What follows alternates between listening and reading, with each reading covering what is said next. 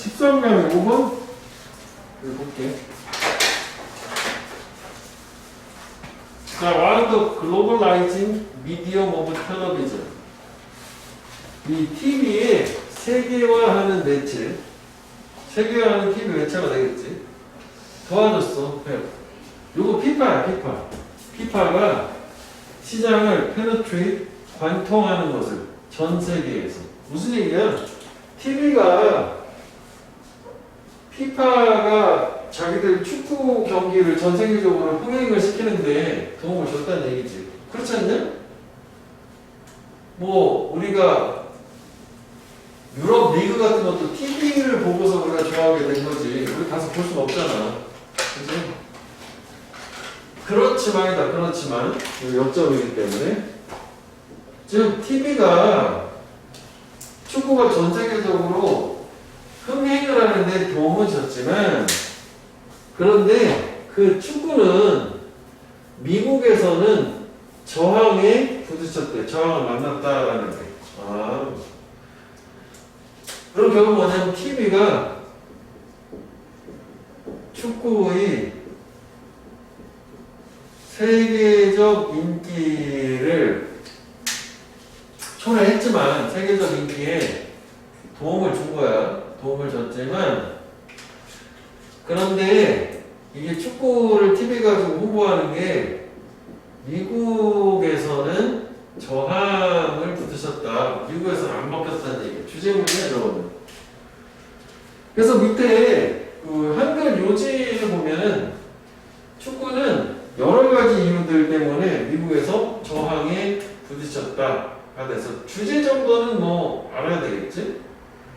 그래서 요약해 놓은 거가 보면 그 이유가 세 가지가 나와요. 이렇게. 이따가 다시 보기로 할게. 그래서 여기서는 제목 정도만 상호편을 한번 해보고 일단 주제 정도는 알아야 될 거 아니야? 그래서 이것에 대한 obvious reason, 명백한 이유. 미국에서는 축구가 인기를 못 끌게 된 이유는 뭐냐면 미국은 주류 스포츠, 메인스트림 스포츠가 잘 제공이 됐대. 서브가 됐다는 게.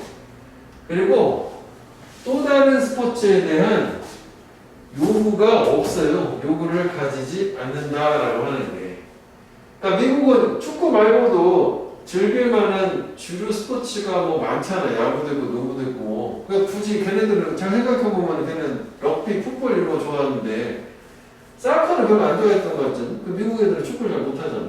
그래서 이게 첫 번째 이유예요. 여기 나온 거죠. 이미 자리 잡고 있는 주류 스포츠 때문에 축구가 미국에서는 흥행 실패. 그래서 미국에서 저항하는 그 이유 첫 번째 이미 자리 잡은 주류 스포츠가 이미 미국은 있다. 그 다음에 두 번째 올소가 두 번째 이유. 요거는 메인스트림 스포츠를 1번이라고 하자고. 첫 번째 이유. 두 번째 이유는 뭐냐면 미국은 can't afford. 이 oft가 그냥 추주로 이해하는데 선택을 해요.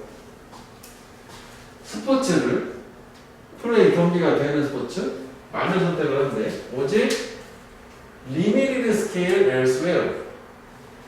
다른 곳에서는 미국 말고 세계 다른 지역에서는 제한된 규모로만 되는 스포츠만을 선택하는 거고 그게 대표적인 예시가 미식축구, 야구, 농구 이런 거 얘기하는 거예요. 그러니까 저게 미국에서는 되게 인기를 끌었지만 미식축구는 진짜 다른 데서 거의 쓸모가 없잖아. 그지? 잘 안 하잖아.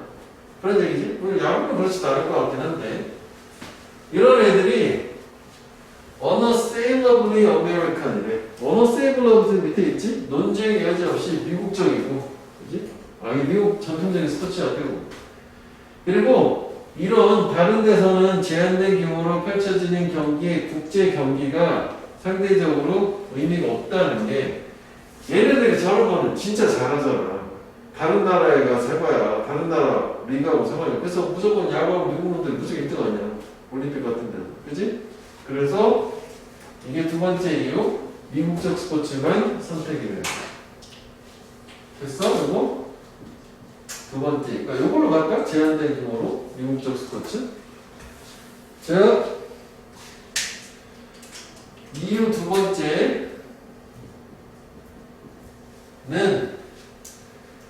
즉, 다른 곳에서는 제한된 규모의 스포츠를 하고, 이게 이제 결국 뭐냐면은 되게 미국적인 스포츠만을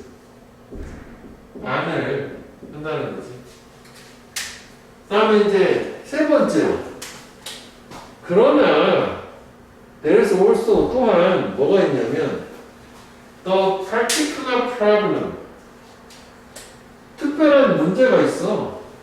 축구가 TV 중계에 TV를 위해서 제시하는 특별한 문제가 있는데 무슨 얘기냐면 그건 which is driven 주도된대. 미국에서 광고 수익에 의해서. 그러면 요 위치가 가리키는 거는 TV를 얘기하는 거지, 텔레비전? 아, 여기 또 세 번째. 여기 보면 구조상 제한된 TV 광고라고 하는 게 다른 스포츠에 비해서 축구는 중간 광고를 하기가 어려워. 농구 이런 거는 뭐 쿼터별 15분마다 광고 나갈 수 있는 거잖아. 근데 얘네는 그게 안 되고 미국은 자본주의의 어떤 상징이니까 광고 수익으로 TV가 운영이 되는데 TV 광고에는 축구가 적합하지 않다고 45분 풀타임을 쭉 뛰어야 되니까. 그래서 축구는 is a flowing game. 저는 흐름이 있는 경기야. 쭉 이어지는 경기라고. 뭐로 나눠진? divided into 두 개의 45분짜리 halves 절반으로 with no timeout 중간에 타임아웃도 없고 또는 structured stoppage 구조화된 중단도 없는 거란 말이야. 45분 쭉 가야 되잖아. 중간에 뭐 선수나 부상당해도 그냥 바로 교체하지 경기가 중단되진 않잖아. 그래서 이런 실패의 북미 축구 리그는 60년대 후반에 그리고 70년대까지 축구 리그를 시도를 했나 보지. 미국에서도 실험을 해봤대. 이런 경기에 있어서 플레이에서 임의적인 지연을, 그러니까 광고하려고 축구 경기를 일부러 임의적으로 중지시키는 거야. 말도 안 되는 거지. 광고를 커머에 수용하기 위해서 그래봤단 말이야. 그런데 결과는 불만족. 당연히 그렇겠지. 팬들도 불만족, 광고하는 사람들도 불만족이겠지. 그래서 in countries where soccer is played, 이런 축구가 경기되는 국가들에서는 상업 TV 광고 회사들 자기들 자신의 컨텐츠, 세리스파이랑 마찬가지죠. 세리스파이 만족을 해야만 하는데 상업 광고로 실제 액션 경기나 하프타임, 뭐 전후 또는 하프타임에만 만족을 해야만 했었다. 그래서 축구 자체의 구조적인 제한된 TV 광고 때문에 안 된다는 거지. 그래서 이유 세 번째. 결국은 TV 광고에 부적합하다는 게 되는 거죠. 축구가. 그지? 그래서 과거에 60년대, 70년대에 인위적인 경기의 지연을 통해서 광고를 시행을 했는데 이게 불만족스러웠다. 그래서 결국은 효과가 없었다. 자, 그래서 얘는 일단 뭐 주제는 당연히 이제 뭐 기본적으로 봐야 되겠지만 지금 본 것처럼 열거를 이렇게 딱 세 개를 했잖아. 이건 뭐 떼기가 좀 그래서 이것도 이제 나누려면은 뭐 여기서 나눌 수도 있겠지. 첫 번째 이유, 두 번째 이유, 여기가 세 번째 이유. 그지? 특정한 광고에 할 수 없는 문제 세 가지가 나왔잖아. 무관한 문제인 거지. 축구가 미국에서 성공하지 못한 이유들 세 가지. 그럼 문맥 범위 정도를 봐야 되고 이걸 내가 꼬렇게 칠을 안 해놨네. 언센스펙트를. 자, 아까 퀘스천, 질문. 물고기가 통증을 느끼는지 아닌지, 그리고 스트레스에 반응을 하는지 아닌지, as we do, 우리가 하는 것처럼 그런 의문은 문제에 이어왔어. 뭐 가열찬 논쟁에. 그러니까 물고기도 인간처럼 스트레스 받고 뭐 통증을 느끼느냐, 그리고 반응도 하느냐라는 문제가 있었대. 글감이지 주제. 근데 그렇지 않다. 물고기는 물고기다. 통증을 느끼지 않는다는 그 반대되는 주된 이유는 주로 뭐 때문이냐? largely because of 엄청난 상업적인 이익 때문에. 뭐에 있어서 야생, 또 와일드로부터 물고기를 수확을 할 때. 그러니까 물고기를 잡는 입장에서는, 그러니까 물고기가 인간과 똑같이 통증을 느끼고 이렇다라고 하면은 윤리적인 책임이 따를 수 있잖아. 그지? 그러니까 무슨 소리야. 물고기는 절대 그런 게 없어. 인간하고 달라라고 반대하는 입장 얘는 한 번만 나온 거야. 자, 그런데 however 역적으로 바뀌었어. 반대가 아니라 이렇다는 거야. 통증을 느낀다 인간처럼. There's no doubt. 의심이 없어. 확실하다는 얘기지.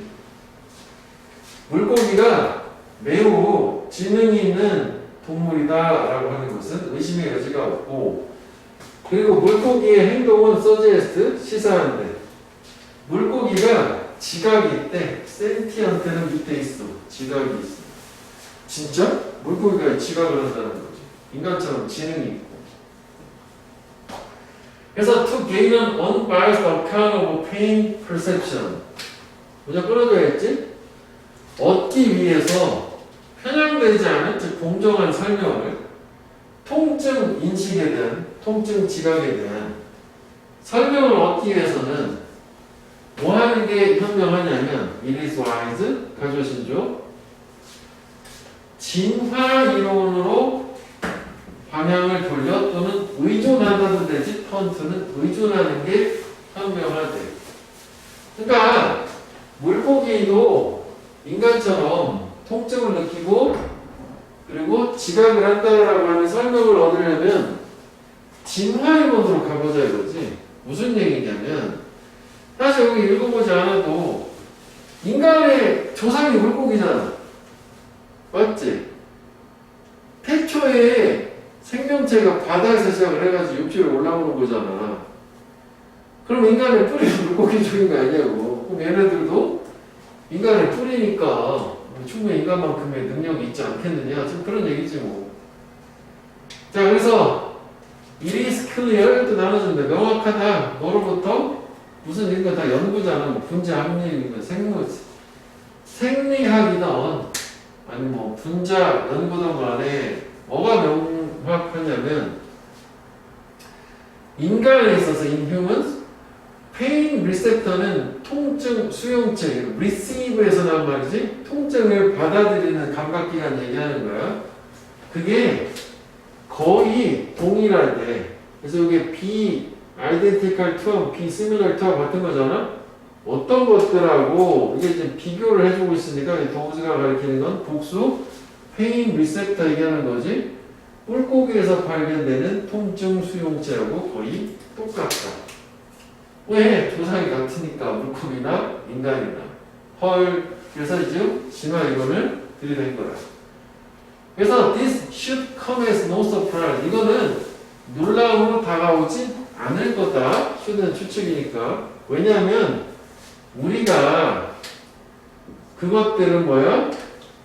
앞에 통증 수용체야. 그런 것들을 우리의 물고기 조상으로부터 inherited, 물려받았기 때문에. 아까 얘기했던 얘기란 말이야. 그렇구나. 물고기 조상. 그러니까 인간과 똑같이 통증을 느낄 수 있을 것이다. 그 다음에 첫 번째 얘기는 끝났지? 두 번째 스미더리가 나왔다. 그래서 주제도 이미 나온 거지?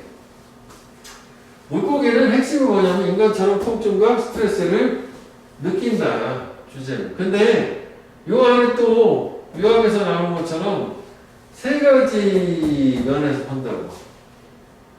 첫 번째는 통증 수용기관까지 본 상태고, 난 두 번째, 세 번째에서 호르몬 나올 차례지. 자, 유사하게 이번에는 호르몬들, 뭐에 수반된 스트레스 반응에 수반된 호르몬들은 또 되게 유사하대. 어디에서? 모든 척추동물을 across 가로질러서 모든 척추동물에서. 인간처럼 물고기도 척추동물이고 그 척추동물에서 스트레스 반응이라는 호르몬은 다 비슷한 건가 봐. 그래서 데디아라고 컨클로드 결론내는 게 페어 공정할 텐데 아까 이거랑 같은 말이죠? 뭔 말이었어요? 통증과 스트레스 모든 척추동물 인월 버티브레이트 얘는 되게 유사하고 그리고 매우 보존된 현상이다. 그러니까 진화적으로 계속 잃어버리지 않고 보존된 현상이다. 그래서 두 번째 얘기가 나왔어. 스트레스 관련 호르몬이라는 게 그 물고기와 모든 척추동물 동일하다, 유사하다. 그다음 세 번째. 역시 이것도 무관한 거예요. 왜 이렇게 무관한 게 많이 나와? 그지? While there are those who argue. 대자라고 주장하는 사람들이 있지만 여기가 아니라 그 뒷내용이 중요하겠지? pain, 통증의 psychological aspect, 심리적 측면이라고 하는 게 동물들 사이에서 다르다 라고 주장하는 사람들이 있지만이니까 다르지 않다는 얘기가 나와야 되겠지. 반대로 이거는 이 동물들 사이에 이런 감정적인 반응이 다르다라고 하는 그것은 디스 남모정 전체 얘기하는 거야. 또한 매우 unlikely, 그럴 것 같지 않대. improbable이지. 개연성 없다지. 다르지 않다는 얘기지. 왜냐하면 the physical detection and emotional response to pain 이런 신체적인 탐지와 통증에 대한 탐지, 정서적인 반응 두 가지는 나란히 사이드 바이 사이드로 진화를 했으니까 서로 연계해서 계속 왜냐면 통증이라는 거를 찾아내는 것과 그거에 대한 이런 정서적 반응은 같이 발전을 했으니까 진화를 했으니까 무엇과 함께 with the expressed outcome being the long-term avoidance of potentially dangerous stimuli 미드 AB 공이지 해석할 때는 미드 명사 주어처럼 동사처럼 빙 뭐 하면서냐면 표현된 결과가 통증에 대한 표현된 결과 아파 이런 느낌 얘기하는 거지 그게 되면서지 장기적인 관점에서 회피가 되면서 전체적으로 위험한 자극에 대해서 그러니까 나 말고 타 개체가 저는 동물들도 통증의 반응을 보이면 내가 심리적으로 그걸 피하게 되고 그게 어떻게 보면 생존에 유리했을 거 아니냐고 이해되지? 그래서 감정적 반응도 유사하다라는 게 지금 그 얘기가 마지막 결국은 통증에 대한 심리적 측면이 다르지 않을 수밖에 없는 게 결국은 통증을 찾아냈어. 그래서 찾아내가지고 걔가 아파하는 걸 보면 결국은 나의 그에 대한 정서적인 감정적 반응이라는 걸 같이 회피하게 해야지 결국은 생존에 유리할 거잖아. 그래서 세 가지. 이것도 상당히 괜찮거든. 이거는 진짜 무관한 문장이 더 좋아. 그래서 어휘 맥락이랑 무관한 문장 두 가지만 보면 될 거고 얘는 주제 자체는 뭐 그냥 그렇다고. 그러면 일단은 결국은 물고기가 인간처럼 통증을 느끼고 스트레스에 반응을 하는가? 라는 문제가 있다. 이제 이러한 반응을 하는가? 라는 주제가 있어. 그러면 이제 1차적으로는 요거에 대한 어떤 이제 반대 입장.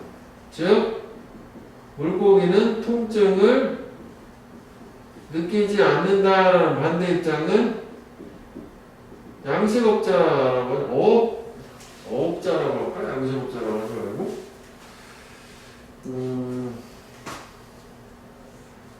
이거는 상업적이라고 하잖아요. 상업적이라는 것처럼 그래서 반대되는 거는 딱 하나야. 돈벌이 통증이 느낀다면 윤리적으로 못하게 될 거 아니고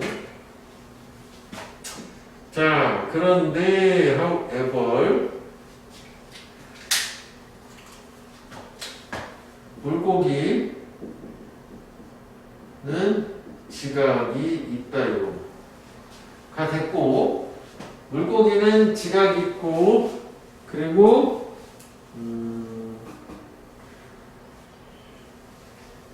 지능이 높은 동물이다 라고 하는 요 설명은 진화 이론에서 근거를 찾는데 무슨 얘기냐면 여긴 요 부분이지. 결국은 통증 수용체질가 동일하다. 거의 동일이지만 왜냐면 그 이유가 뭐였냐면은 우리 인간은 물고기 조상에서 통증 수용체를 물려받았기 때문에. 그치? 통증 수용체, 통증 수용 기관. 그래서 이게 1번 통증 수용체라는 게 있었고, 그 다음에 이제 2번 두 번째 이유는 뭐냐면 모든 척추동물에서 스트레스 반응이 유사하다 가 있었고, 그거지 그냥 이것도 다 결국은 모든 척추동물 스트레스 반응 유사 이거지. 이거 왜 얘기지? 그 다음에 이제 마지막 세 번째 같은 경우에는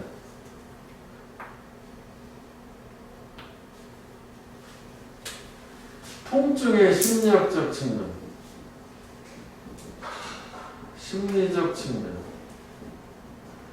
측면이라는 것도 얘가 역시 이것도 유사하다가 되는데, 왜냐면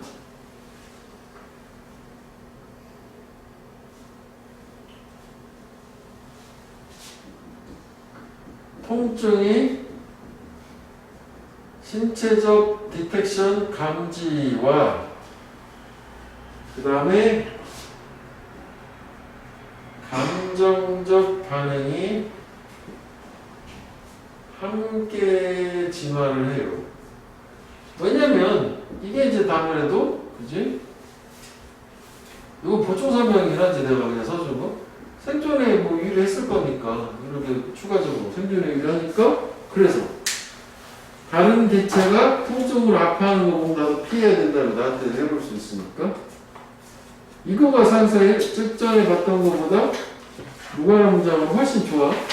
이거 물고기 됐어? 그 마지막 부분은 심리적인 측면이라는 걸 또 얘기하는 거야. 나는 아파하는 거 오 아프겠다 나도 피해야지, 나도 똑같이 아플 거니까 이렇게 일단 물고기가 잘 안 나는 거 아니에요. 그렇지?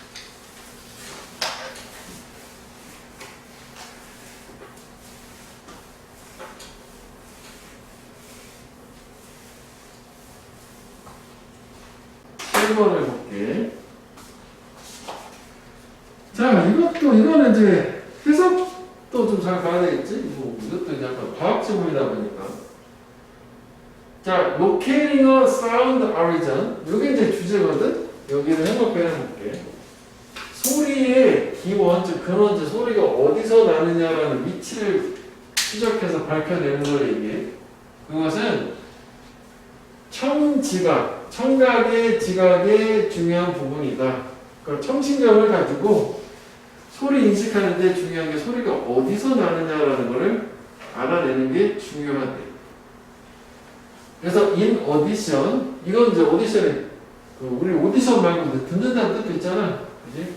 오디터리의 명사이니까 들을 때야, 들을 때.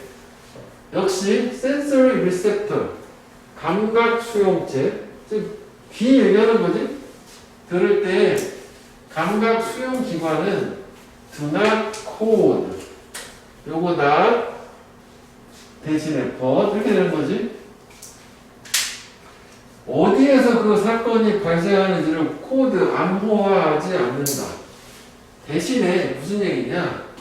두뇌는 integrate, 통합을 하는데 이런 다양한 감각 정보를 합쳐줘요. 어디서 오는 감각 정보냐면 각각의 우리의 두 개의 귀로부터 오는.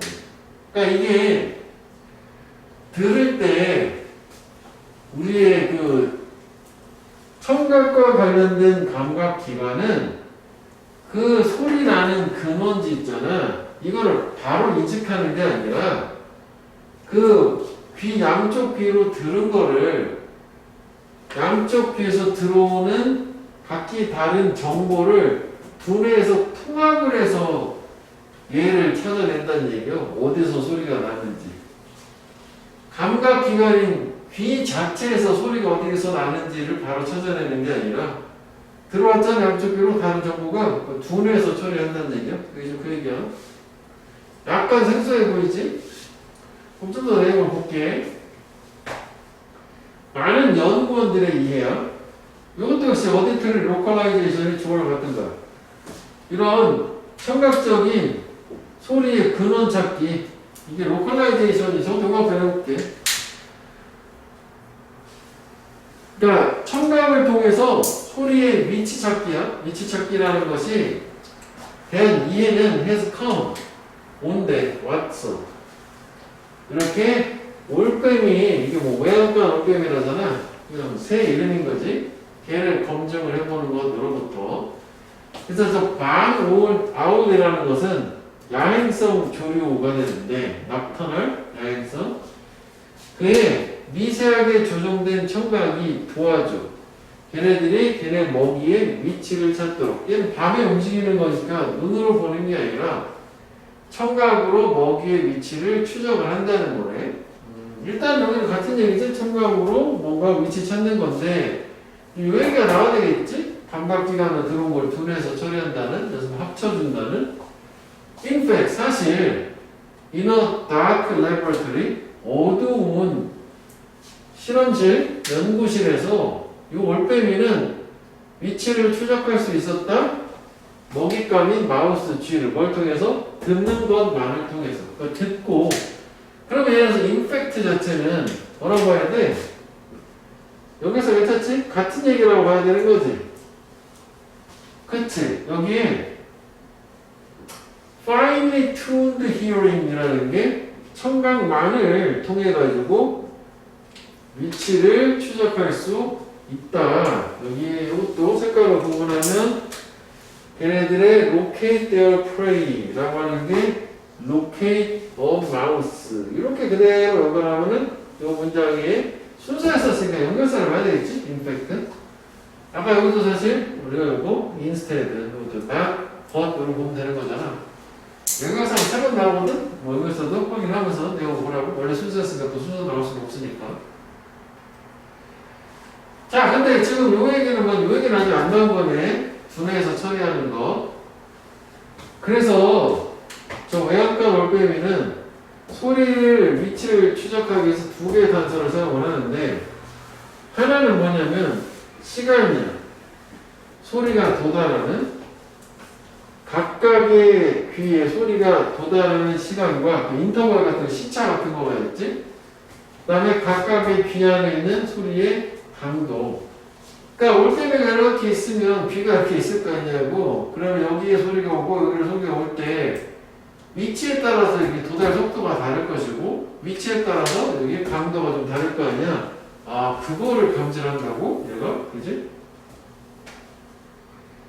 그래서 소리가 unless comes 오지 않는다면이지.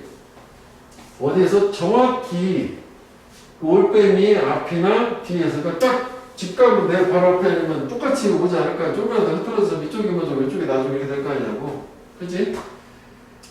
그 소리는 한쪽 귀에 먼저 도달하겠지. 딱 정확하게 바로 앞이 아니라면. 그래서 어떤 측면으로 그 소리가 온다 할지라도 그 소리는 다른 쪽 귀에서는 더 부드럽게 들릴 거라는 게 더 약하게 들린다는 얘기지. 그치? 우리가 왜 니네도 내가 이쪽에서 하면 아무래도 오른쪽 귀가 좀 더 크게 들리고 왼쪽 귀가 좀 작게 들린다 지금 그런 느낌인 거잖아. 맞지? 이렇게 볼펜이 딱 있는데 귀가 이렇게 있는데 딱 정면이 아니라면 여기서 소리가 나면 여기가 좀 더 강하고 여기가 좀 더 소프트해질 거 아니야. 그리고 여기가 더 먼저 도달하고 여기가 좀 나중에 도달할 거 아니야. 이런 미세 차이를 얘는 올빼미는 안 하고지. 그지? 왜냐면 올빼미의 머리가 매일 장애물로서 역할을 할 거기 때문에 머리를 부딪혀서 소리가 좀 부드러워진다는 얘기지. 그렇구나.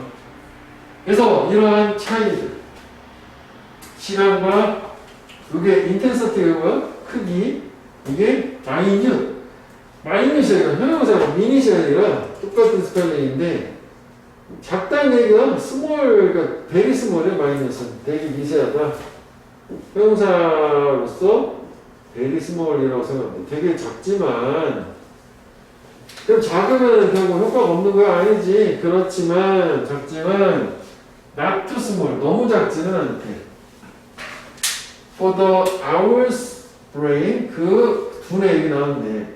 올빼미의 두뇌가 음상이죠. 찾아내는 거 뭘? 소리의 근원 어디서 나오는데? 로컬라이제이션 그지? 그리고 and 액턴 그에 따라 행동하는 걸 찾아낼 수는 있다는 거지. 그래서 기억을 해야 될 건 처음에도 나왔지만 소리의 근원 로케이팅 하는 거는 두뇌에서 이루어지는 거야. 감각기관인 청각에서 바로 이루어지는 건 아니야. 자, 비록 여기서 또 갑자기 인간 얘기라. 인간의 귀가 요 미세하게 조정되진 않았어. 원격 비교라고 얘 올빼미만큼 소리의 위치에 대해서 그렇지. 인간이 뭐 그렇게 쟤처럼 그렇지는 않았지만 그래도 인간의 두뇌도 정보를 사용한다. 두 귀로부터의 정보를 유사하게 저런 식으로 사용을 한다는 거지.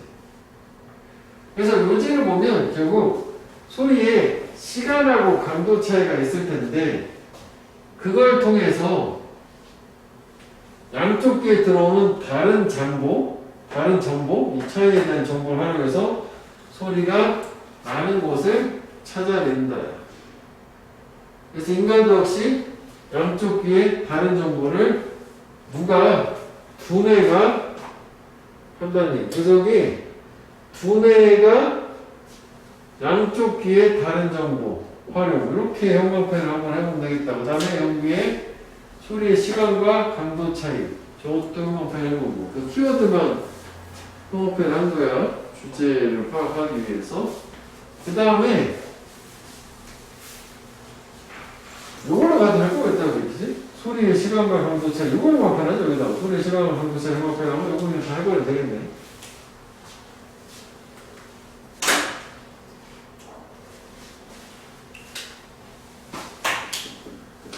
소리가 나는 곳의 위치 파악이요. 처음에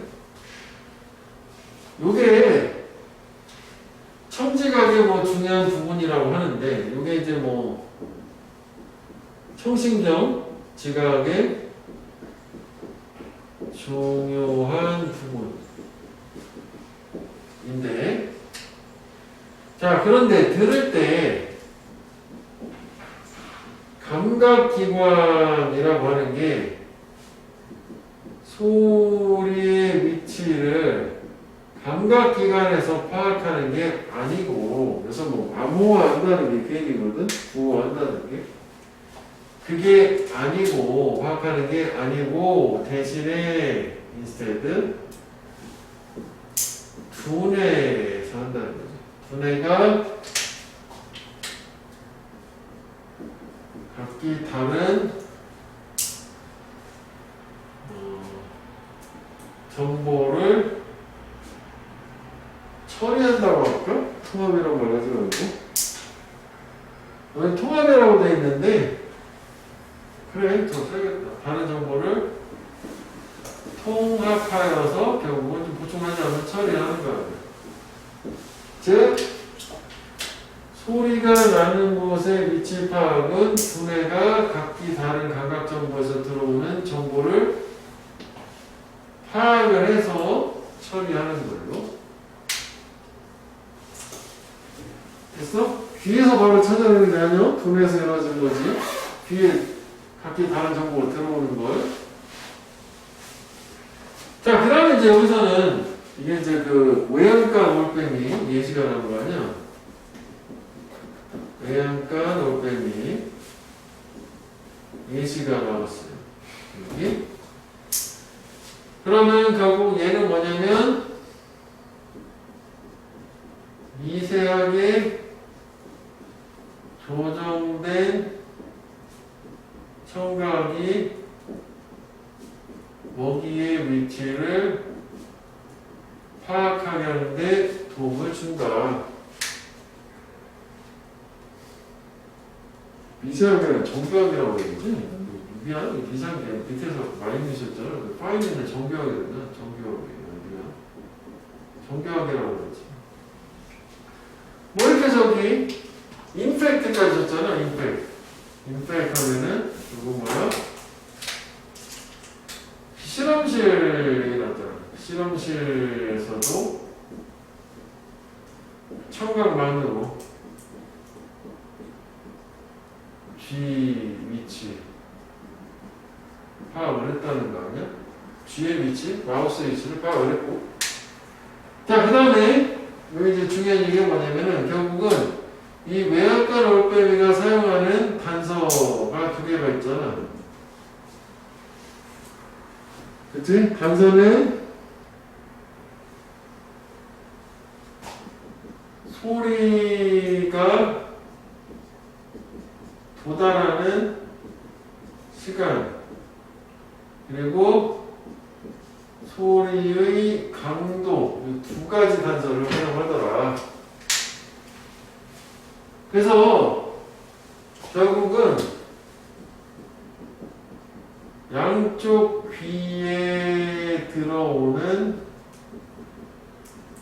소리의 정보는 다르다. 미세하게 여기 나오는 거지. 미세하게 다른. 그렇지만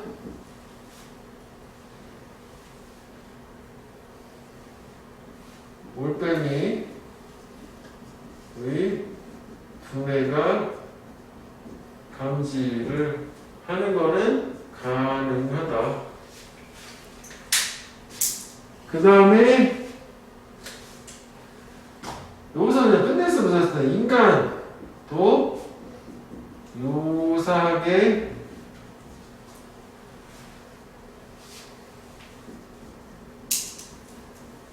양쪽 귀에서 오는 정보를 활용을 한다. 엄청 길어. 내용 쓸데없이.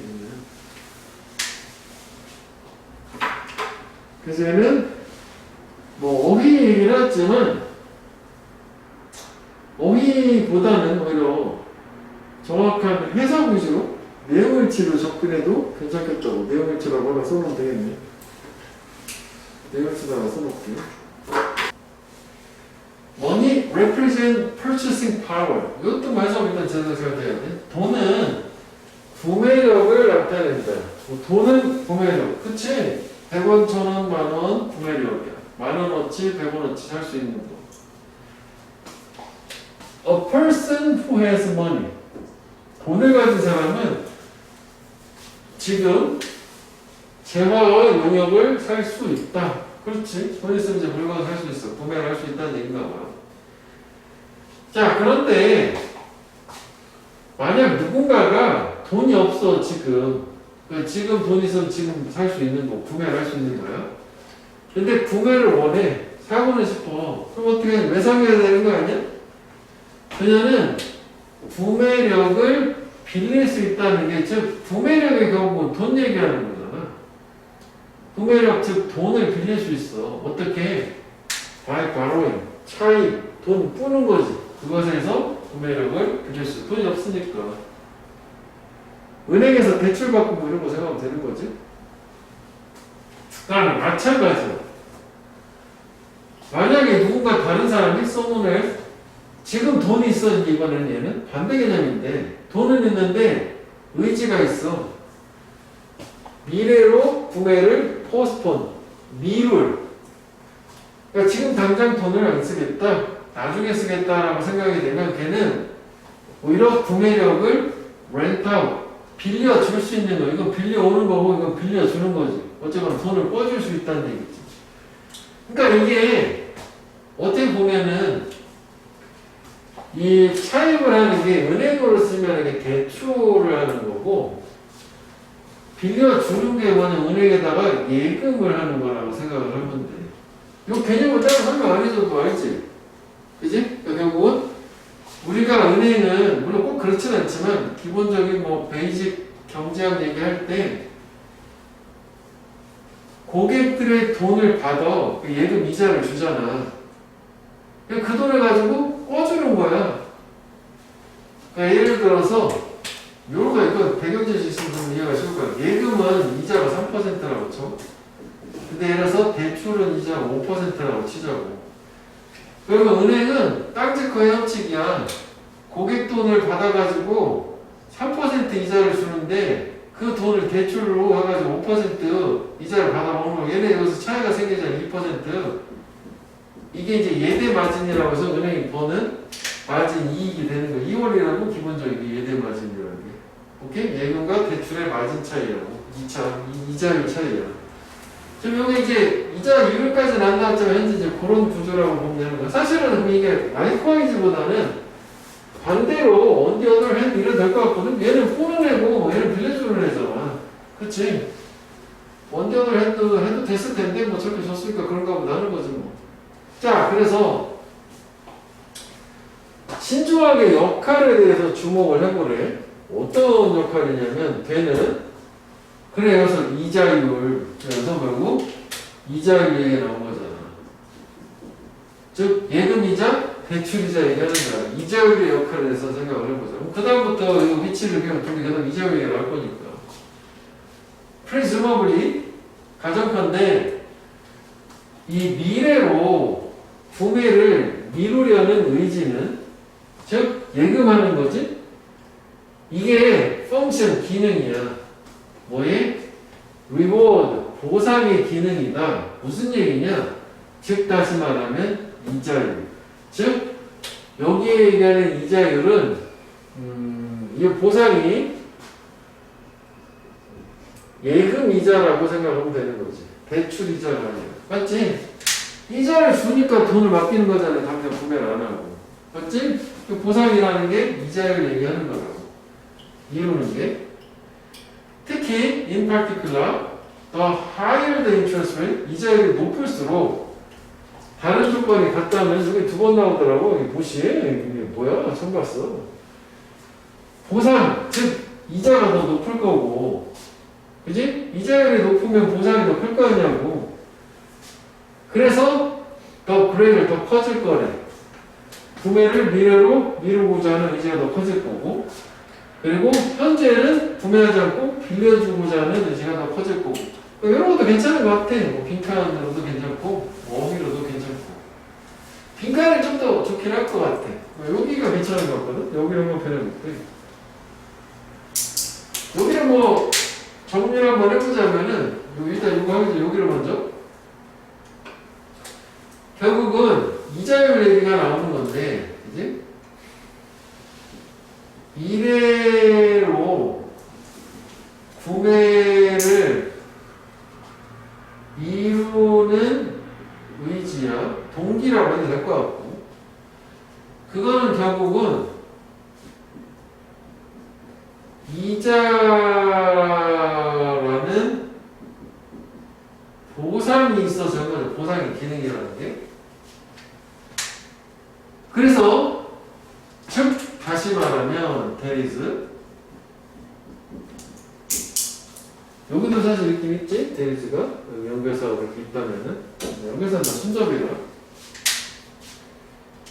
특히 이자율이 높아. 그러면 보상이 높아지는 거잖아. 그치?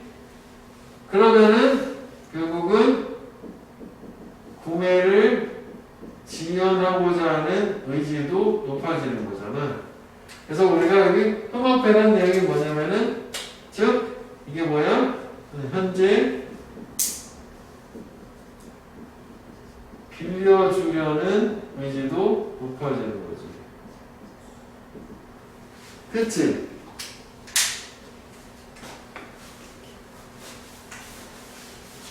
됐지? 이거 괜찮은 거 같거든? 이쪽 파트가. 그 다음 이제 비슷하게 반대 개념으로 가요. 유산추론이 적용이 되는데 바로잉 사이드, 빌리는 쪽에서, 즉 대출받는 쪽에서도 똑같은 거. 그 위에는 돈을 꿔주는 예금하는 쪽 입장이라는데 대출 입장이야. 자, 우리는 we can think of someone, 누군가 생각해 볼 수 있지. 물건하고 서비스를 사고 싶어. 근데 필요 펀드 자금이 부족해. 돈이 없는 거지. 이 사람이 두 가지 옵션을 가진 것으로 생각해 볼 수 있대. 원래 이게 좀 멀리 떨어지지만 think of A지. 저 사람을 두 가지 옵션을 가진 것으로 생각해 볼 수 있다. 중간에 이제 관계사절이 쭉 들어간 거라. 여기 대시에는 사이. 첫 번째는 뭐냐면 지금 빌리고 지금 사는 거야. 당장 대출 받아서 막 사버려. 근데 두 번째 옵션은 뭐냐면 지금 안 사고 저축을 해, 세이브나 나중에 구매를 하는 거고. 니네도 나중에 당장 내년에 대학 가고 한 5, 6년 있다가 사회생활 하게 되면 이제 자동차 같은 걸 산다 생각하면 당장 빚내가지고 살 거냐, 저축해가지고 한 방에 나중에 자동차를 살 거냐, 뭐 그런 문제 빠질 수 있는 거잖아. 그치? 그 얘기야. 그래서 because the willingness to borrow, 이렇게 빌리고자 하는 의지는 달려있기 때문에 뭐에? cost, 비용이, 즉 이자지. 돈 빌릴 때 들어가는 비용이자. 비용에 달려있기 때문에 다른 것들에 비해서 우리는 견뎌낼 수 있대. 이자율이 높을수록 또 다른 조건이 같다면 그 옵션 1번이 덜 매력적으로 보이겠지. 이거 어수는 the less attractive 끊고 옵션 1 appears less attractive. 그러니까 당장 빌려가지고 구매하는 게 덜 매력적으로 보이고 그 다음에 더 more attractive, 더 매력적으로 보인다. 옵션 2가 become more attractive, 더 매력적으로 보일 거다. 나중에 비용이 많이 드니까. 그치? 그래서 결국은 이게 아까 기능이라고 했는데 이게 뭐 함수관계라는 식으로 해석은 되는데 보상이라는 함수관계에 있다거나 구매력은 빌리거나 빌려줄 수 있는데 이자율이 그것과 함수관계에 관련이 있다는 얘기지 뭐. 그래서 높으면 더 빌려주고 덜 빌려라 한다. 뭐 요지 자체 이럴 수도 있고 구매를 미루는 것에 있어서 이자율의 역할 뭐 이럴 수도 있고. 그래서 얘는 요지를 전체적으로 다 일단 형광펜을 일단 해보고 주제 이해를 좀 해야 되기 때문에 그 다음에 여기 뭐 빈칸도 빈칸이지만 뭐 문맥으로 어휘나 빈칸을 두 가지 같이 구분해주면 좋겠다고. 일단 여기 하나 괜찮았고 자 여기 일단 돈이라고 하는 거는 구매력을 나타내는 거였어 처음에. 자 그래서 돈이 있어. 그러면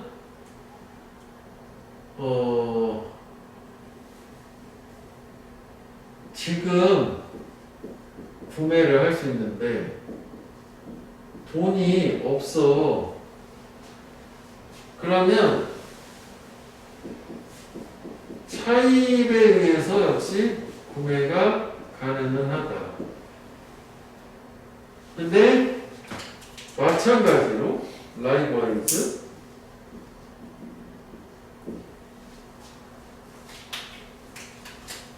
지금 돈이 있어. 그리고 구매를 미래로 지연시킬 수 있어. 그런 사람은 역시 구매력을, 즉 돈 되겠지? 대출해 줄 수 있다. 구매력을 바로 빌려줄 수 있다. 이렇게 되는 거지. 그러니까 사실 이것도 세 가지가 좀 다 다른 거지. 돈이 지금 있어요. 지금 살 수 있는 거고. 근데 돈이 없는데 사고 싶어? 빌려서 살 수 있고. 그 다음 세 번째, 돈이 있는데 당장 안 사고 싶어? 구매력을 빌려줄 수 있는 거지. 그러니까 여기가 차익, 그 다음에 빌려주는 거, 상대 개념, 이렇게 되는 거지. 여기 처음 부분이. 그래서 이제 아까 여기 얘네들은 결국 뭐냐면 빌리는 사람 입장이라는 게 중요해. 얘네들은 빌리는 사람이야. 빌리는 사람. 그 다음에 아니구나. 빌리는 사람이 아니지. 미안. 빌려주는 사람. 빌려주는 사람. 이런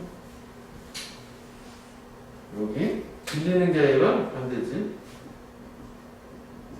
빌려주는 사람. 정확하게 하면 대리수도 이 부분이 하겠지. 그 다음 여기는 빌리는 사람이지. 여기가 이제 빌리는 사람이었지.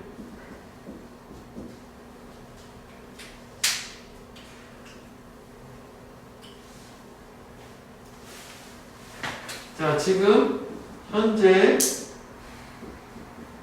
구매를 원함.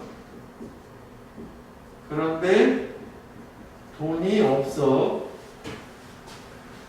그럼 이 사람이 두 가지 옵션이 있었어.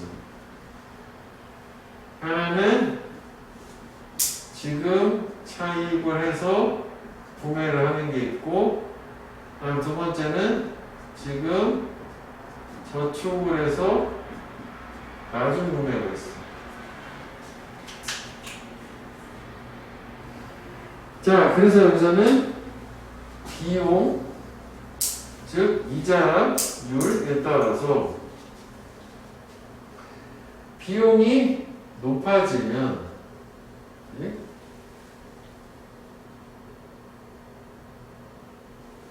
그러면 1번은 매력적이지 않게 보이고 2번이 더욱 매력적인 옵션으로 보일 거다. 즉 저축을 해서 나중 구매하는 거. 이건 당장 이자를 많이 내야 되니까. 그치? 그래서 사실 별 얘기는 아닌데 약간 좀 생소하다고 뭐 그런 느낌이 있을 것 같아요. 이건 한번 정리를 이렇게 논리적으로 한번 생각해 보면 돼요. 당연한 얘기지.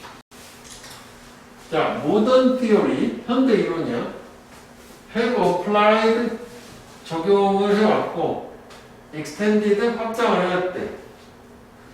초기 principle, 원리들을 뭐 하기 위해서? 이해하기 위해서 사람들의 행동을. 사회학, 심리학 뭐 이런 거 얘기하는 거지. 그러니까 현대 이론은 초기의 원리를 적용도 하지만 확장을 한 거야. 사람들 행동을 이해하려고. 언제?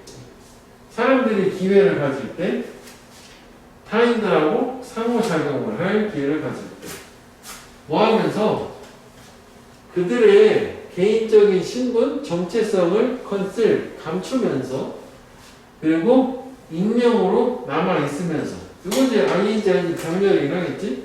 이게 anonymous가 익명의 무명이지? 이게 이제 나세임이고 모님이라는 게 네임이거든. 이름이 없다. 익명의 무명이야.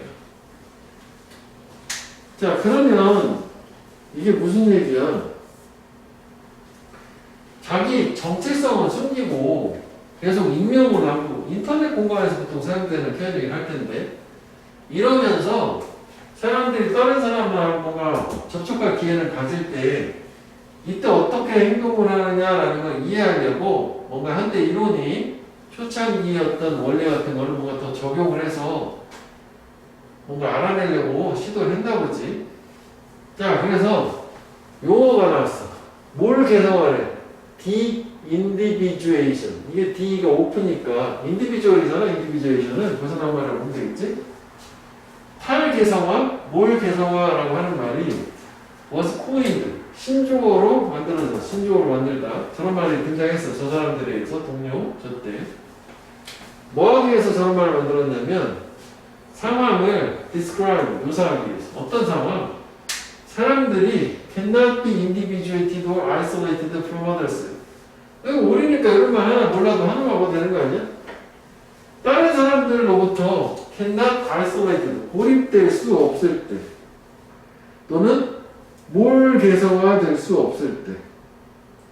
그래서 이게 무슨 얘기야? 그러니까 결국은 사람들이 개별적으로 인디비주얼라이즈라고 해도 될 것 같은데 개별로 분리될 수가 없을 때야. 그런 상황을 묘사하기 위해서 몰개성화라는 용어를 만들어냈대. 대충 느낌을 왔어? 그래서 저 사람들에 따르면 저 동료랑 being de-individuated 이렇게 몰개성화 된다는 게 개성이 없는 상태로 집단에 묶여가지고 니네들 뭐 이래서 너네 하나하나 개인이 아니라 학교라는 단체 안에 그냥 똑같은 학생 뭐 이렇게 몰개성화 되는 걸 얘기하는 거겠지? 개성이 없어지는 거. 이 몰개성화라는 거는 뭘 초래하냐면 불리건가 개성의 상실이라는 걸 초래한다. 대충 무슨 느낌인지는 알겠네. 그렇지? 개성이 없으니까 개성의 상실이 되겠지. 몰개성화라는 게. 그래서 타인들하고 분리될 수 없다는 게 뭐냐면은 내가 딱 떨어졌을 때 나랑 어떤 개성 같은 게 드러날 건데 그냥 묶여있는 게 집단 안에 그럼 몰개성화가 되는 거죠. 개성이 없어지는 거니까. 그래서 이 연구한 사람들은 제안을 해요. 이렇게 몰개성화 되는 것이 이 행동에 있어서 정상적인 제약을 감소를 시킨다. 그리고 사람들은 people can do things 뭔가를 할 수 있다. 어떤 뭔가 걔네들이 정상적으로 문학도 하지 않을 뭔가를. 왜냐하면은 그들은 not directly 직접적으로 그들의 행동에 accountable 책임이 없으니까. responsible 같은 말이지. 대충 느낌 이해되니? 이거 상당히 중요한 말이지. 한번 해봐야지. 요거. 그러니까 내가 익명성 얘기가 있었잖아. 아까 여기서. remain anonymous가 있잖아. 그러니까 익명 안에 숨겨져 있으니까 내가 한다고 해서 난 알아볼 수 없는 거 아니야. 내가 드러나지 않으니까. 그래서 평상시는 하지 않을 걸 몰개성화라는 즉 익명성을 이용해서 해버린다는 얘기지. 대충 느낌을 알겠네. 특히 인터넷에서 많이 사용되는 현상이잖아. 이렇게. 그래서 그들은 어떤 면에서는 liberated 자유롭게 되는 게 해방된다는 게 자유롭게 되는 거지. to do 하도록 뭘 걔들이 원하는 거지. 여기들만 배우면 그게 또 괜찮지. 그러니까 평상시에는 안 할 건데 원하는 거 다 해버리는 거예요. 해방되는 거야 진짜로. 그래야 liberated to do what they like. 같은 거지 빨간색이. 익명성을 이용해서. 안 좋은 건데 이게 사실 그렇게 생각하면은. 또 봐봐. 여기에 약간 위에 거가 좀 약간 모호했잖아 처음 볼 때. 사람들이 다른 사람들하고 상호작용을 한다 했었다고. 그지? 상호작용을 할 때가 접촉을 하고 있는 거잖아. 여기서 그런 게 있었잖아. 결국 사람들이 타인들하고 분리될 수 없는 게 접촉해서 그냥 뭉쳐있는 상태를 얘기하는 거잖아. 내가 그냥 나 개인이 아니라 집단의 일원이야. 그러면 뭐 하면서냐면 자기 정체성은 감추고 익명성을 유지하는 상태. 이게 지금 무슨 상태였어? 이게 여기 나온 것처럼 이게 바로 몰개성화라는 게 요 개념을 얘기했던 거잖아. 이렇게 뭐 색깔로 구분한 걸로 뭐 이해를 해보면 되는 거지. 그래서 이 몰개성화라고 하는 것 자체는 그냥 뭐냐면은 개성이 없어지는 거고, 즉 내가 파악이 안 되면 두드러지지 않기 때문에 결국은 이것도 원이 참 괜찮아. 정상적으로 원래 제약될 게 나 온전히 내 책임이니까 감소돼가지고 원하는 거 다 해버린다는 얘기가 된 겁니까? 됐지? 이거 소재 좋아요. 자, 그래서 저 두 사람, 이 사람 동료들은 밝혀냈어. 이런 아이디어에 대한 서포트, 뒷받침을 밝혀냈는데 어떻게 증명을 함으로써 실험 참가자들, 집단 토론에 참여했던 그들의 부모에 대한 집단 토론 뭐 하면서 이렇게 비슷하게 옷을 입고 있어. 즉, 특히 이게 요거 있잖아. being dressed alike in a dimly lit room이야. 침침하게 조명이, 라이트의 PP형이지? 조명이 써진 방이 결국 뭐냐면 몰개성화가 지금 가능한 공간이야. 누가 누군지 알아볼 수 없는 상태란 말이야. 그러면 부모에 대한 토론을 하는 건데 평상시에 안 할 말 만만해버린다는 얘기지 뭐. 그렇겠지? 얘네들이 더 많이 가능성이 있었다. 네게티브 커먼, 그지? 부정적인 말을 만나. 그들의 부모에 관해서. 뭐보다 이 동사주 도시단 참가자들인데 컨트롤 컨디션 이제 대조군이지 통제 상황이라는 게 이제 밝은 누가 누군지 확인해 볼 수 있는 상황보다. 그래서 여기에 하고 싶은 거를 그대로 간다라고 하면 여기도 한번 해보자 이렇게 해가지고 이걸 이렇게 연결하면 될 것 같아. 그치? more likely to make negative comment about their parents. 여기까지만 하죠. their parents까지. 부정적인 말들을 더 많이 할 가능성이 있었다. 하고 싶은 대로 막 해버리는 거지. 왜냐면 자기 익명성이 보장이 되니까. 자, 그래서 다시 말하면 인어더월드 또 주제는 이런 몰개성화된 상황, 즉 익명성이 보장된 내가 누군지 알아볼 수 없는 상황 허락을 참가자들이 표현하도록 어떤 관점? 그게 정상적으로 자기들 안에 유지한다는 게 자기들의 마음속으로만 생각하고 있는 이거 대부분 마지막에 가장 좋아. 그러니까 빨간 거 저거 그리고 좀 전에 우리 여기까지 한번에 갔었잖아. 그대로 가면 돼. 그 화살 그대로. 지금 4번 간 거지? 여기 한 번, 2번, 3번, 4번 한번에 쭉 간 거야. 빈칸을 가면 좋은 것 같아. 어디가. 그러면 요약을 먼저 보고 와서 생각을 해보자. 사람들의 행동 묘사할 때 저 사람과 동료는 주장을 해요. 개인의 몰입, 그런 거야? 분주하게, 즉 몰개성하게, 개성이 없어진 상태, 정체성 파악이 안 되는 상태. 어떤 결과를 가져오냐면 자기 정체성의 소실. 그래서 결과적으로 이런 소실은 부추길 가능성이 높대. 사람들이 만들도록 뭐를 제약되지 않는 사회적 행동을 부추긴다. 이제 하지 않을 행동을 하게 된다. 이거 상당히 괜찮아. 빈칸 중심으로만 보면 돼. 어휘랑. 어휘에서는 특히 이런 거 좋은 것 같아. 미드스. 자, 그러면 이게 뭐냐면 또 앞에 첫 줄은 별 의미가 없었던 거지. 그러니까 타인과 상호작용을 하면서 그 다음에 정체성은 감추고 그 다음에 익명은 유지하는 상황에서 이 상태에서 사람들의 행동을 이해하려고 하는데 이 생각이 했던 거잖아. 타인과 상호작용, 집단에 들어있고 난 정체성을 감춰서 뭘 개성화된 상태에서 어떻게 행동을 할 거냐라는 게 글감이었던 거지. 그래서 여기서 두 번째 단락에서 몰개성화, 탈개성화 라고 하는 게 어떤 상황이냐면은 사람들이 집단에서 분리가 되지 않는 상황이 되는 거지. 그러니까 이게 아까 위에 걸로 치면은 집단에서 분리가 안 되는 게 타인과 어쨌거나 상호작용을 하고 있는 이런 상태고 그 다음에 정체성을 감추고 익명을 유지한다는 게 몰개성화가 되는 이때 이제 어떻게 행동을 할 거냐 하고 싶은 거 다 한다고 하는 거잖아. 그래서 이 뭘 개성화라는 거는 개성의 상실, 뭐 소실을 얘기하는 거고, 개성의 상실이라고 하는 것 자체는 핵심이 뭐였어?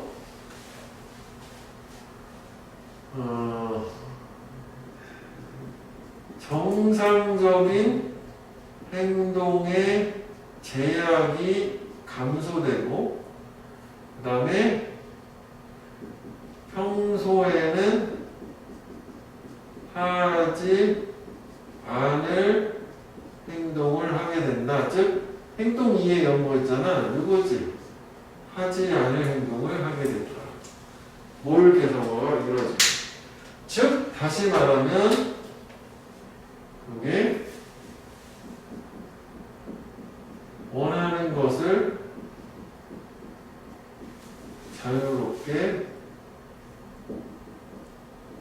이렇게 된 거지.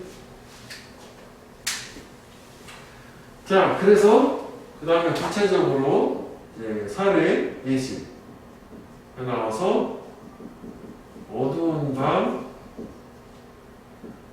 같은 옷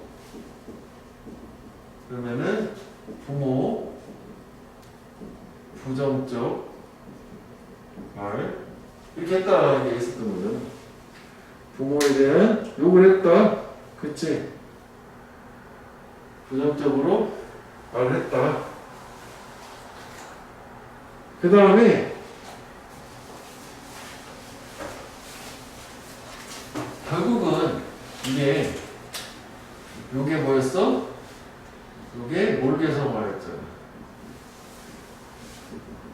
그래서 이게 그럼 뭐가 되는? 평상시에는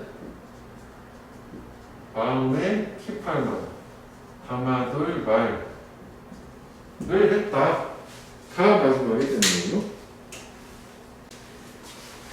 자, 하나 더 봐. 자, 서포즈 생각해봐. 이거 쉽네. 네가 시험에 참여하고 있다. Using a new Sullivan test. Sullivan은 침이야, 타입. 새로운 타입 테스트를 사용하고 있는 실험인데, Enzyme Deficiency. 이 효소 부족을 찾아내는 타입 실험이야. 근데 그 이 부족은 predicted, 예측을 했어.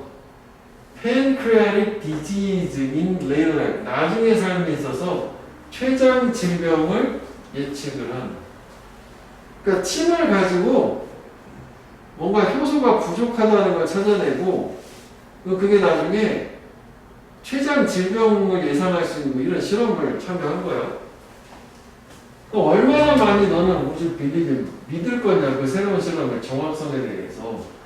글감이지? 물어볼 때다. 실험의 정확도, 신뢰도 여부를 지금 얘기하는 거야. 자, 그래서 이런 사람들에 대한 연구에 따르면 그건 달려있을 거다. 신뢰도 여부? 그 실험이 너를 파악하는지 아닌지. 뭐로써? Possessing the worrisome deficiency. 걱정할 만한 결핍, 부족을 소유하는지 아닌지로서. 일단 여기 형태는 뭐 계속 빈칸이 돼야 되는 거지. 이게 이제 이 실험에 이 실험 연구 조사를 하면 여기 목적이라고 치면 이게 이제 가설로서 벌써 주제는 다 줘버린 거고 보충 설명식으로 실험의 내용이 나올 거고 여기가 결과니까 이것과 이것은 같은 얘기가 돼야 되겠지? 그러니까 다수의 그 학생들처럼 너는 실험의 정확도를 다운그레이드할 가능성이 있대. 그러니까 무시하는 거지 실험의 정확도를 다운그레이드, 업그레이드 받는 말이니까 폄하할 가능성이 있대. 만약 그 실험의 결과가 너한테 인폼 알려준다면 뭘? 이 췌장 문제가 네 미래에 있을 거다. 가정법인데 가정법이 중요한 건 아니니까. 결국은 여기에 최장 문제가 있을 거라고 진단받은, 즉 걱정스러운 부족, 이거 얘기하는 거잖아. 그럼 어떻게 한다고? 무시한다는 거지. 근데 내가 문제가 없다고 진단을 받으면은, 오, 정확한데? 이렇게. 그러니까 이것도 일종의 자기가 보고 싶은 것만 보는 그런 인간의 성향을 얘기하는 거 아니야. 자기한테 불리한 정보는 거부하는 거고, 유리한 정보는 받아들이는 그 속성 얘기하는 거야. 그 다음에 두 번째 연구가 보여줬다네? 그러면은 여기서 가설 나오고, 첫 번째 연구 결과는 바로 나온 거지? 그다음 넘버 2, 두 번째. 목성 나오고, 이렇게 가는 거지? 어떻게, 으뜸만 해볼게. 공업화 우선 시작하다 착수하다요? 네가 어떻게 이걸 이제 시작할지 방법을 보여줬는데, 무슨 얘기냐면, 이 사람들, 위에 나온 사람들은 물어봤어, 실험 대상자한테. If any irregularities in their diet, sleep, or activity found over the past 48 hours. 어떤 불규칙성이 있었는지 아닌지를 물어봤대. 뭐 식사, 수면, 활동 패턴에서. 그러니까 실험 48시간 전에 그 동안, 그러니까 이틀 동안 뭔가 평상시하고 다른 행위를 했나요? 왜냐면 실험 결과에 영향을 줄 수도 있으니까. 그래서 이거 대해서 난 선행사가 뭐 이거지? 이레귤러티? 뭐 선행사? 뭐죠? 그게 영향을 줄 수도 있었던 그 정확성이 그 실험에. 그 물어봤단 말이야. 역시 마찬가지겠지? Those who got healthy threatening result. 건강을 위협하는 결과를 얻은 사람들은 나열했어. 3배 더 많은 이런 불규칙성을. 내가 평상시보다 잠을 좀 덜 자서 이렇게 결과 안 나왔나 보네. 잘했으면 안 그랬어. 이렇게 얘기하는 어떤 거보다 사람들보다 동사도 좋지. 뭐 하는 사람은 당연히 좋은 결과가 되겠지. 건강을 확정되는 결과보다. 똑같은 얘기지. 그러니까 두 가지가 다르다는 거지.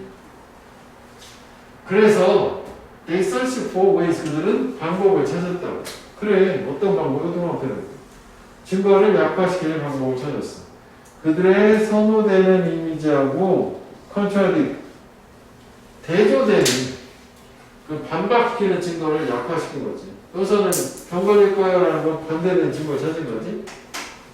건강합니다. 내용은 쉽잖아. 어렵지 않잖아. 즉 불리한 결과가 나면 정확성을 낮게 평가를 했다는 거야. 예문을 먼저 볼까? 이 학생들 인식된 정확하면 새로운 침 테스트. 얘네들은 환영받지 않는 실험 결과를 불신하는 경향이 있었고, 그래서 그게 초래했어. 그들로 하여금 가능한 요소들을 찾도록. 어떤 요소? 아마도 부정적으로 영향을 줬을 수 있던 그 실험의 정확성에 대해서. 그러니까 어떻게든 빠져나가려고 한다는 얘기잖아. 그 다음에 이것도 두 번째도 마찬가지고, 여기 이제 또 가설이 나왔어. 그지? 그래서 결국 뭐 내용이 또 중간에 좀 나오고, 결과가 나오는 이런 구조라고 볼 수 있다는 거지. 그래서 여기는 빈칸하고 순서가 상당히 괜찮거든. 그러니까 순서는 일단 크게 이제 이거 딱 세 개로 나눠서 본다면 여기서 이제 디테일도 좀 들어가면 될 텐데, 빈칸이 훨씬 좋은 것 같아. 세 부분 했지? 하나, 둘, 세 개. 자, 그래서 처음 할 부분은 뭐냐면은, 새로운 실험의 정확성에 대한 신뢰도, 이거에 대해서 일단 얘기를 한 거야. 그래서 첫 번째 실험에서는 그 새로운 실험의 정확성에 대한 이 신뢰도라는 게 뭐에 달려있냐라고 했냐면, 너가 걱정이라고 할까? 좀 머릿속 그대로? 걱정 좀 그렇지. 말을 바꿀까? 그 실험이 불리한 결과를 보여주는지 여부에 달려있다. 좀 말을 바꿨어요. 그거에 달려있다는 거죠. 즉, worrisome deficiency, 불리한 결과라는 게 걱정스러운 결핍이라는 거 아니야. 요거. 그래서 요거를 가진 사람들은 실험의 정확도를 평하했다. 다운그레이드 했다. 뭐 정도 가면 될 거야. 그 다음에 이제 두 번째는 이 방법인데 그 실험의 결과에 대해서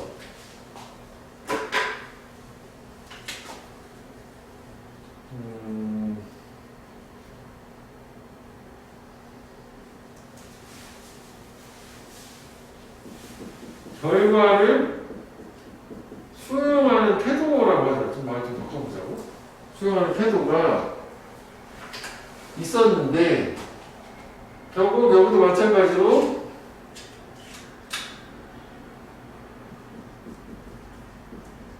부정적 결과를 가진 참가자가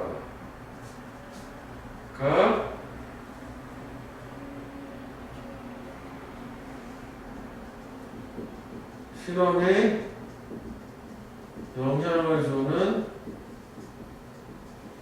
불규칙성을 더 많이 언급을 했다. 역시 즉 부정적 결과를 가진 사람. 그래서 얘네들은 자신의 생각에 반하는 증거를 약화시킬 방법을 찾음 이렇게 되는 거지. 즉 생각에 반하는 증거가 부정적인 결과를 얘기하는 거죠. 건강이 안 좋을 거야 아니면 애써 부정하려고 하는 증거를 억지로 들이대는 걸로. 뭐 이건 내용 간단하지.